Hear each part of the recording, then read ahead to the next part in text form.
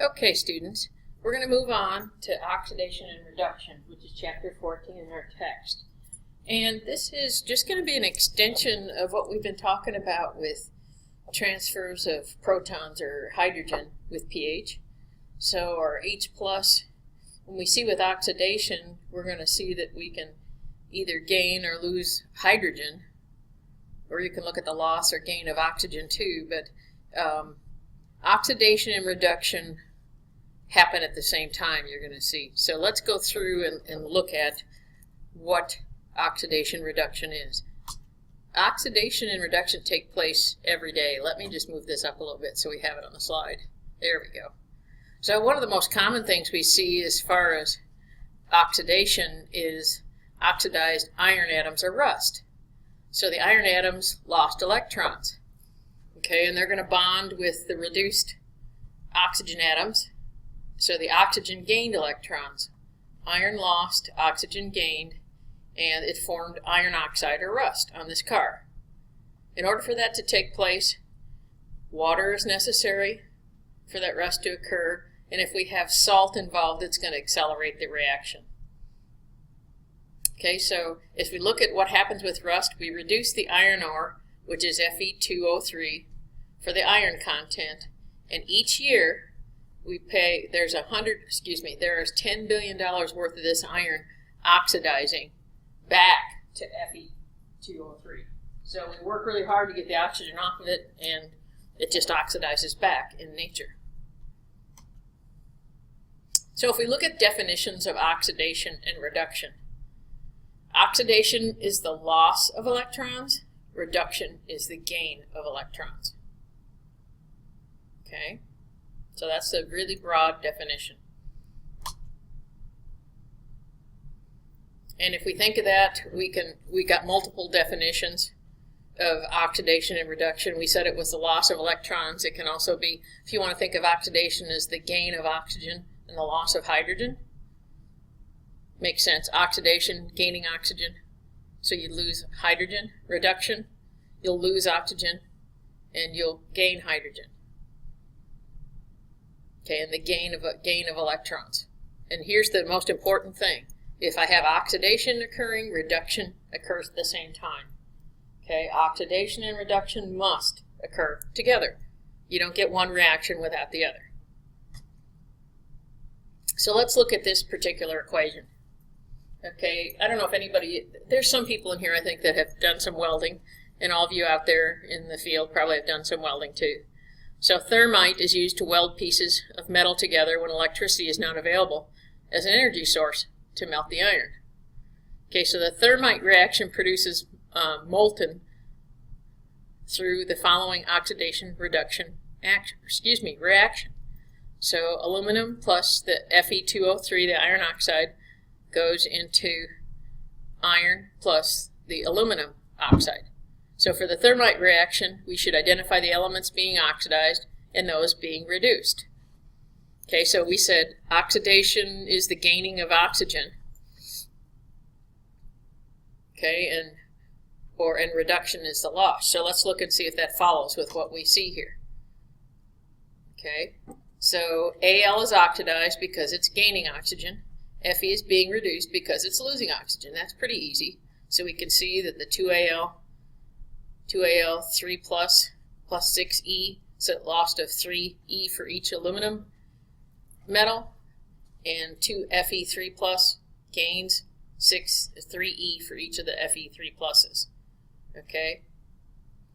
So if aluminum is oxidized, it is the reducing agent. Okay? If iron, which gains the electrons, is reduced, it is the oxidizing agent. Okay, so it's the opposite agent of what's happening to it. And that sometimes that confuses me a little bit, but just think of that as if I ask about agents. So if we look at oxidizing agents, we worked with these antibacterials and antiseptics.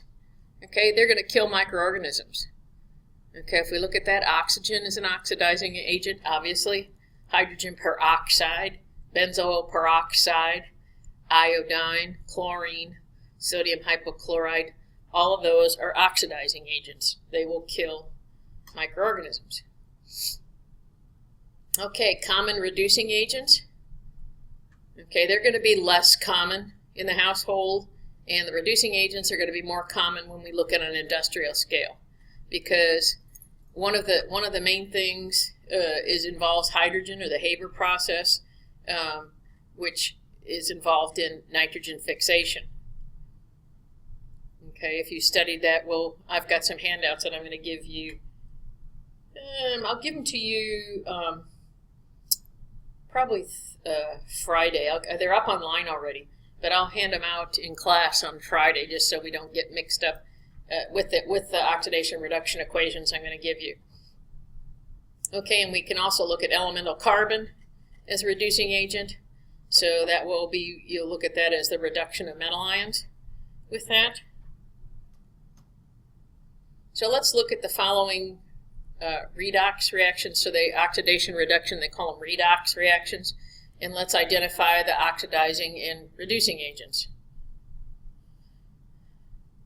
Okay, so on the first one, well, let's just go ahead and look at the equations. Cu2 plus Zn goes to Cu. So Cu is gaining electrons, and Zn is losing electrons. Okay, so gaining electrons means that I'm probably going to be gaining hydrogen. So Cu is going to be reduced and Zn is going to be oxidized. Is that what's happening? Yep, Cu gains electrons, so it's the oxidizing agent. Zn loses electrons, so it's oxidized, and it's the reducing agent.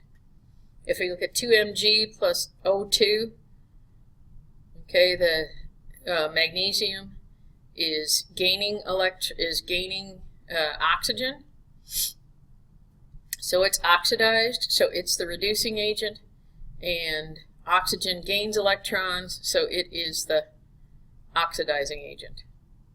If it gains electrons, it's reduced, and it's an oxidizing agent. Okay, so just think about that. Whatever happens to it, it's the agent of the opposite reaction because it helps that reaction along. All right, so if we look at respiration and photosynthesis, and this happens in both animals, humans, we're using the respiration process to oxidize food for energy. So if we look at the total equation for respiration, you see C6H12O6 or sugars plus 6O2, and with an arrow going to the right, makes 6 CO2 molecules and 6 waters. Okay, and then in photosynthesis, it takes the 6 CO2 plus the 6 waters, with light as a stimulator, and makes sugar plus oxygen.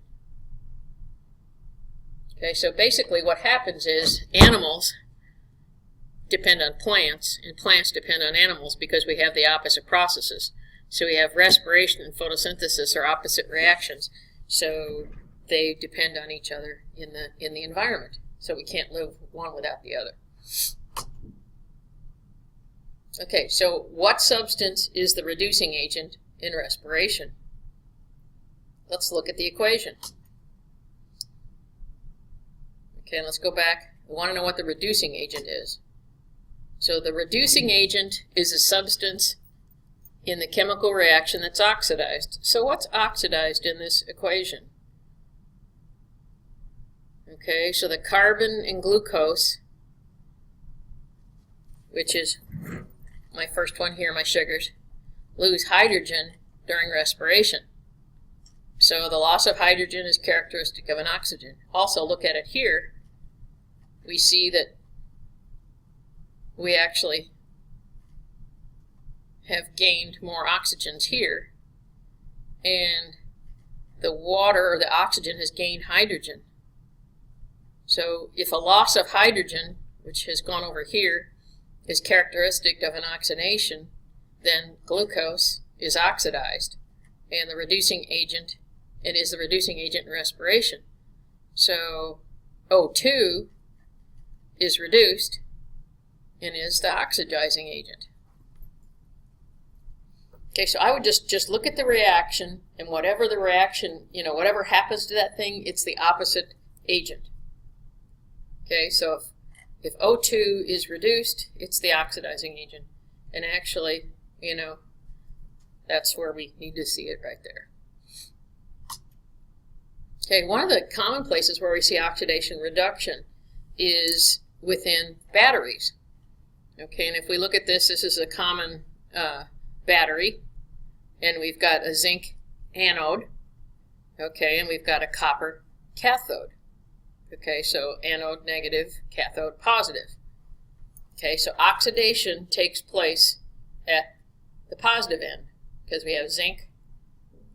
Okay, and what's going to happen is it's going to lose electrons, so it becomes zinc 2 plus that the electrons it gives up, and copper is going to gain electrons. Okay, so it's going to be reduced. So that's how that works back and forth.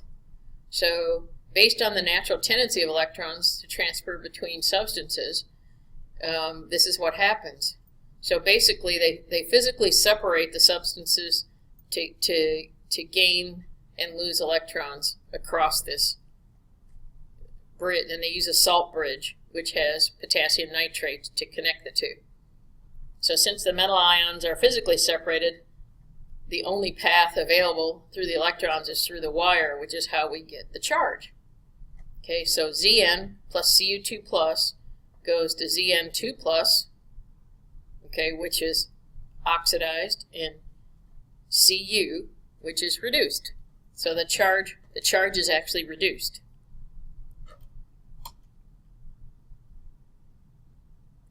Okay, so if we look at that, that's pretty easy. If we look at the overall reaction to figure out which one is the oxidizing agent, which one's the reducing agent, we look at the reaction at the positive end, and it's got zinc losing 2 electrons, so it's going to be oxidized.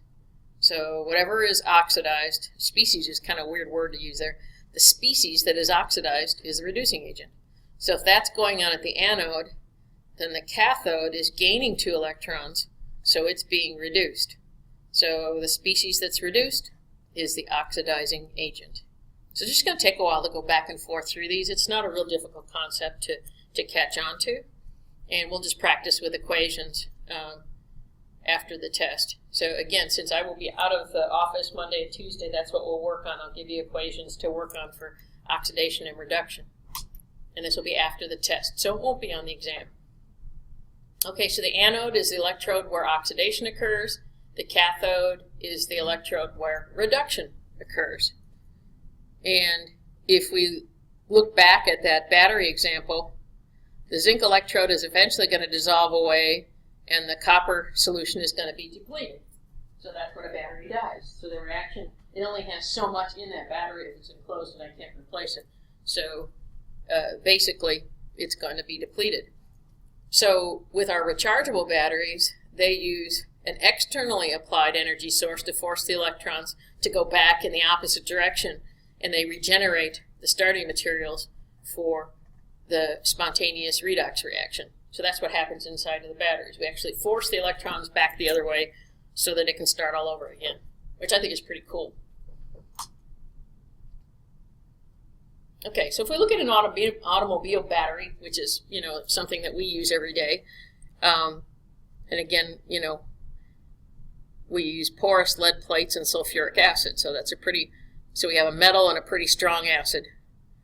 And when we put the lead and the SO4 2- together, we see that we make a lead sulfate and give off 2 electrons. So since it's giving up electrons, it's an oxidation. At the anode, at the cathode, we have a lead oxide that's also in sulfuric acid. So we've got the PbO2 plus 4H plus 4SO42, and those electrons that are lost in that oxidation are being gained at the cathode. So we get lead sulfate plus 2 waters in the reduction end. Okay, so whatever happens at one end, wherever those electrons, whoever gives up the electrons, the other end of the reaction is going to get the electrons. Okay, so here's my overall reaction, and it's the sum of the oxidation and the reduction. So we have, if I look at that, we have the lead over here plus the sulfate gives me lead sulfate, and I have 2 electrons on this side of the equation for the oxidation. Okay, because they're actually losing the electrons, and so this side, the other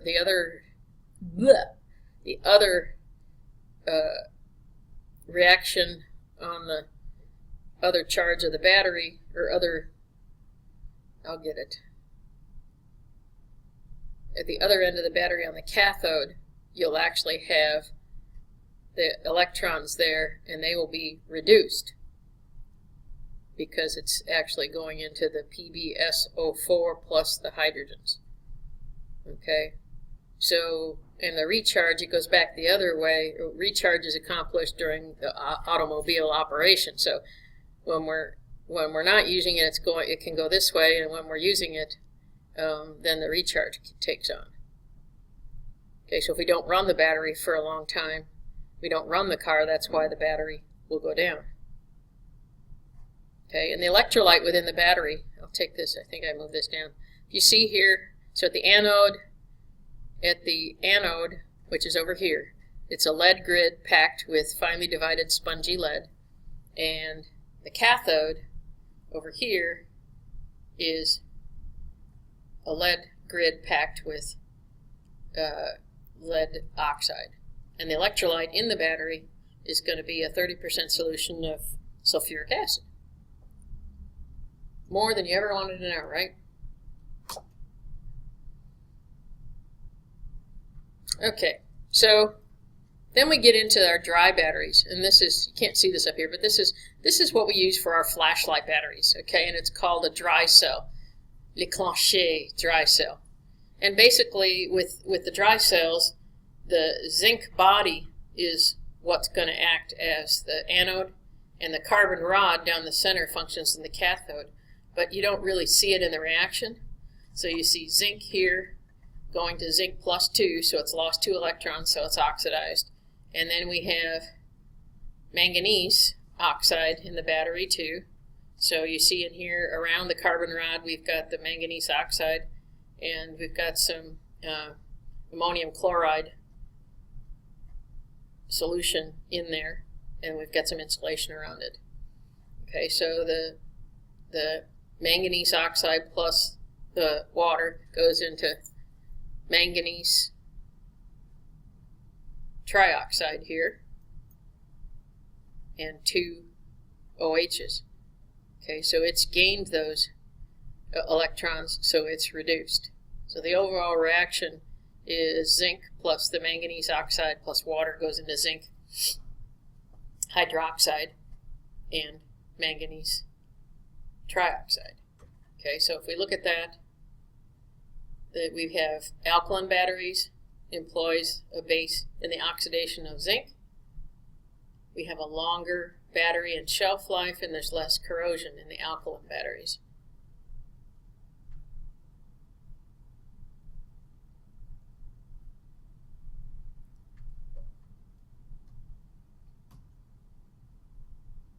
Okay, so with fuel cells, we have electrical chemical reactions that convert that chemical energy directly into electrical energy, and then we don't have any intermediate conversions and losses of energy. So electrochemical is in fuel cells is much more efficient. So we're taking 2 hydrogens plus 2 H2s plus 4 OHs and making 4 waters plus 4 electrons. So we're giving off those 4 electrons for the oxidation.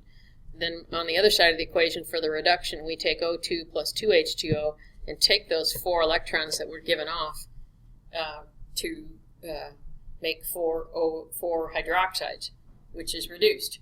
So if we put the whole thing together in one total reaction, we end up with 2H2 plus O2 makes 2 waters. Okay, and we've got oxidation and reduction, and we're using that energy, the electrons going back and forth. So if we look at this, this is one of the fuel cells, and they use this in the space operation because it's more efficient. So I'll just move it down here so we can see the total reaction. So the fuel cell reactants and products aren't contained in the cell hardware. They flow in and out. Okay, so we got water, H2 coming in here and H2 going out. Okay, we've got O2 coming in here. And notice we've got a titanium screen, so this is a cell. And we've got potassium hydroxide solution in here. Okay, and then we've got a wick in the middle. So that just, and I'm not sure exactly what the wick is made of, but it just makes sure that we have water balance in here, so we've got water within the reaction. Okay, so if we see that coming into here, we have H2 coming in, we have O2 coming in, and we've got H2 going out, and we've got oxygen and water coming out the other end here. So that's what the astronauts will consume, both the water and the oxygen given off after the electricity is given from the charge there. Okay, so this is actually a huge molten carbonate fuel cell. Okay, and if we look at that, it's what they've been trying to, or been working with to compete with the burning of coal and fossil fuel electricity production. But it's between 54 and 85% efficient. Okay. It says it's relatively small in size, probably compared to the big coal burners. And the sulfur and nitrogen oxide or nitrous oxide emissions are low, but it still relies on a carbon fuel. Okay, it still has to rely on a carbonate. Okay, so let's look at here. So the carbonate that we're using is methane. Okay, so if we look at that, methane is CH4 plus 2 waters goes to carbon dioxide plus 4H2.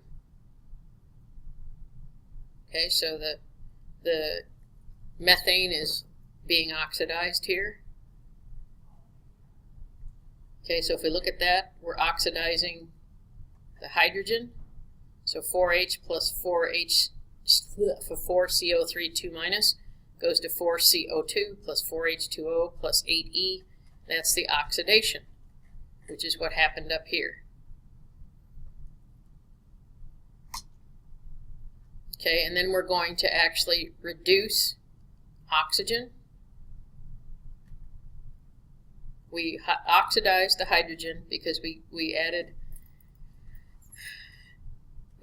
the oxygen to the hydrogen, and now we're reducing oxygen because the overall equation takes the 4CO2 plus 2O2, so we're losing electrons. Okay, so if I'm losing electrons, I'm going to be reduced. So I've got 4CO3, and the total reaction is CH4 plus 2O2 goes into CO2 plus 2H2O for the overall reaction. So if we look at here, I'm gaining, if I've oxidized the hydrogen, okay, if we look at the hydrogen here, it's actually given up the electrons and put it to the other side for the reduction. Okay, so we're reducing, oxidizing hydrogen, reducing oxygen. Okay, so go back over and look at that. And I think the main thing you got to do is look at the definition of oxidation and reduction and get it in your head for a while. So rusting is a redox process. So oxidation and reduction, iron's being oxidized. Okay, so iron 3 oxide doesn't really have much in integrity, so it's going to fall apart. Okay, and if you look at a fifth of domestic iron production every year goes into replacing rusted iron. So rust prevention is an important industrial process. And we use this a lot with undercoating of cars and things where we use salt. So what they do is take paint and mixing or coating iron with another metal, such as aluminum or zinc, are all preventative measures against corrosion. So that's what they put in that undercoating of your car. So basically it'll react with the aluminum and zinc and not rust the iron.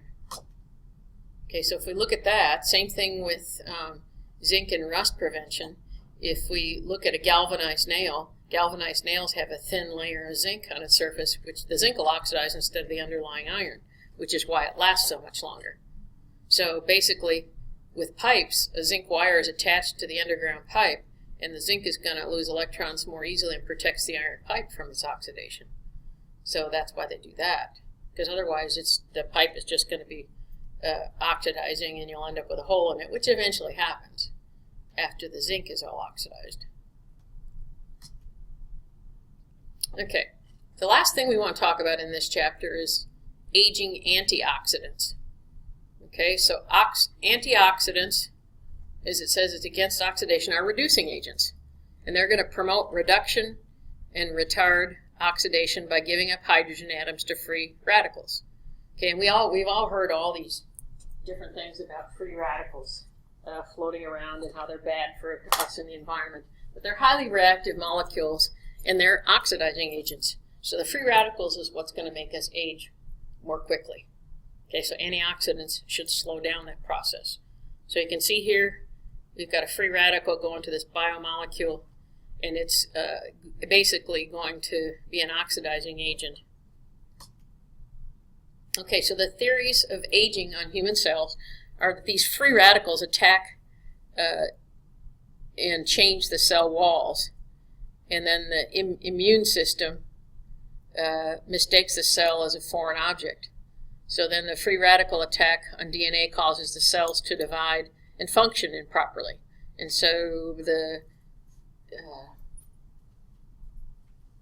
misfunctioning of the cells is what we call cancer. So, balanced diet and supplements can probably help it, but, that's about all we can do because free radicals are everywhere. So, if we look at the whole chapter summary on oxidation and reduction, can we think about oxidation? Means I'm going to gain oxygen.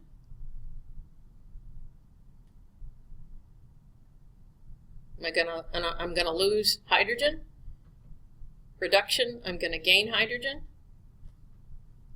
Redox reactions, oxidation and reduction take place at the same time. An oxidizing agent is the portion of the portion of the equation that's being reduced. The reducing agent is the species, as they call it, that's oxidized.